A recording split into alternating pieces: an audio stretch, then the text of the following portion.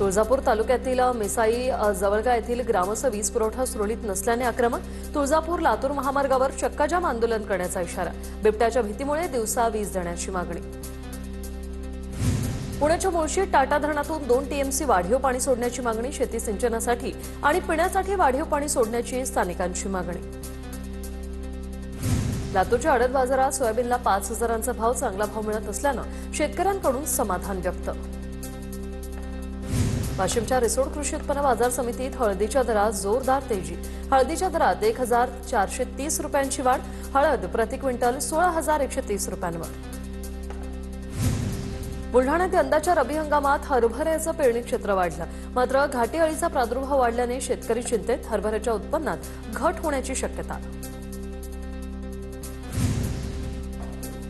लाल कांद्याच्या दरात वाढ झाल्याने कांदा उत्पादक शेतकऱ्यांना दिलासा. चाळीसगाव बाजार समितीतून 12 दिवसात 22,000 क्विंटल कांद्याची निर्यात. गिरणा पट्ट्यातील लाल कांद्याला परदेशातून देखील मोठी मागणी. साताराच्या कराडमध्ये कृषी विभागाकडून ऊस पीक आणि फळं फुलं स्पर्धेचं आयोजन.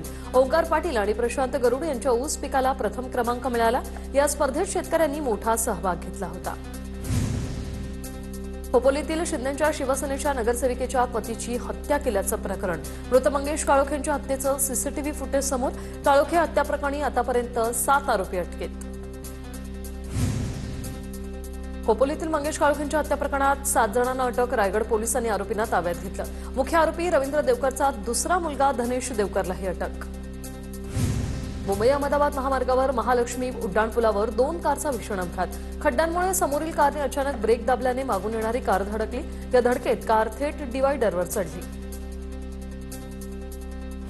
नाशिकच्या सटाणा शहरात साक्री शिर्डी महामार्गावर अपघात. खडीने भरलेला भरधाव ट्रक थेट दुकानात शिरला. ट्रक चालकाचं नियंत्रण सुटल्याने दुर्घटना. जीवितहानी नाही. अहिल्यानगरच्या श्रीरामपुरात पोलिसांवर हल्ला. तपासासाठी गेलेल्या पथकातील पोलीस कर्मचाऱ्यास ट्रॅक्टरखाली चिरडण्याचा प्रयत्न. हवालदार गंभीर जखमी. बेडच्या केजमध्ये महिलेवर अत्याचार. पोलिसात गुन्हा दाखल.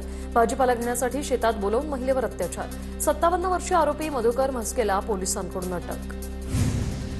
बंदुकीचा धाक दाखवून कंत्राटदाराकडून उकळले 18 लाख रुपये. चंद्रपूर शहराजवळील पडोली पोलीस ठाण्याच्या हद्दीत घडली घटना. एकूण 3 आरोपींना अटक. सांगली महापालिका निवडणुकीच्या पार्श्वभूमीवर सांगली पोलीस अलर्ट मोडवर. सांगली शहरात येणाऱ्या सर्व वाहनांची कसून तपासणी. खामगावमध्ये महावितरण कार्यालयाचा ग्राहक मेळावा उत्साहात. बुलढाणा जिल्ह्यातील शेतकऱ्यांना 24 तास वीज पुरवठा मिळण्याकरता मागेल त्याला सौर कृषी पंप योजना. महावितरण अधिकाऱ्यांकडून शेतकऱ्यांना मार्गदर्शन. धुळ्याच्या शिरपूरमध्ये 2 दिवसीय विज्ञान आणि शैक्षणिक साहित्य प्रदर्शन. तालुक्यातून सर्व शाळांमधून 500 विद्यार्थ्यांचा सहभाग. 185 वैज्ञानिक प्रयोग सादर. गोंदियात धान बोनस घोटाळा प्रकरणी आणखी एक संस्था रडारवर. धान बोनस घोटाळ्याची जिल्हाभरात व्याप्ती असल्याची माहिती. 3 संस्थांच्या 28 संचालकांवर सालेकसा पोलीस ठाण्यात गुन्हा दाखल.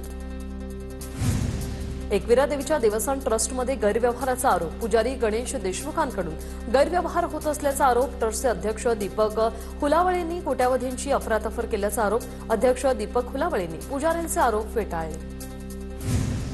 अहिल्यानगरच्या पद्मपुरी सहकारी गृहनिर्माण संस्थेतील सभासदांचं बेमुदत उपोषण. 220 सभासदांच्या जागांची बेकायदेशीर विक्री केल्याचा आरोप. संबंधितांवर गुन्हा दाखल करण्याची मागणी. नाशिकच्या चांडक सर्कल परिसरात गाडीवर झाड कोसळल्याची घटना. झाड कोसळल्यामुळे वाहनांचं मोठं नुकसान. मात्र जीवितहानी नाही. रत्नागिरीच्या गणपतीपुळेमध्ये मोठ्या प्रमाणात वाहतूक कोंडी. मोठ्या संख्येने पर्यटक गणपतीपुळेत दाखल झाल्यानं वाहनांची संख्या वाढली. वाहतूक कोंडीचा पर्यटकांना फटका. 31 डिसेंबरला श्री संत गजानन महाराजांचं मंदिर रात्रभर खुले राहणार. नववर्षाच्या स्वागतासाठी भाविकांची मोठी गर्दी. दर्शनाला येणाऱ्या भाविकांच्या गर्दीचा ओघ बघता मंदिर प्रशासनाचा निर्णय. सलग सुट्ट्यांमुळे धार्मिक स्थळांवर भाविकांची मोठी गर्दी. ज्योतिर्लिंग वैद्यनाथाच्या दर्शनासाठी भाविकांच्या रांगा. गुन्हेगारी पार्श्वभूमी असलेल्या उमेदवारांना मतदान न करण्याचा ग्रामस्थांचा ठराव. नाशिकच्या अंबड गावातील ग्रामस्थांचा ठराव. आदर्श आचारसंहितेचं उल्लंघन झाल्यास कडक कारवाईची मागणी.